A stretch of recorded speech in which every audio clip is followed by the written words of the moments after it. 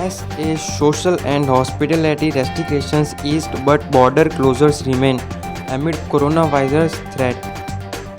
SA introduced coronavirus social restrictions last week after concern about the Delta variant.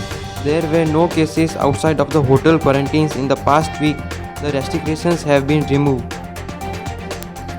Queensland pushes Volcamp COVID-19 quarantine facility as work continue on Pincadia site.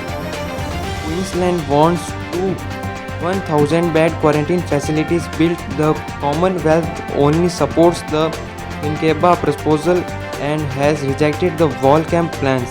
Building both facilities would eliminate the need to use hotels, the Queensland Premier says. Queensland's record 4 new locally acquired cases of COVID-19, all linked to known cases. Queensland has recorded 4 locally acquired cases of COVID-19, but all the cases are linked to exciting clusters. Victorian authorities say risk radar focused on interest arrival after new local COVID cases for 5th consecutive day.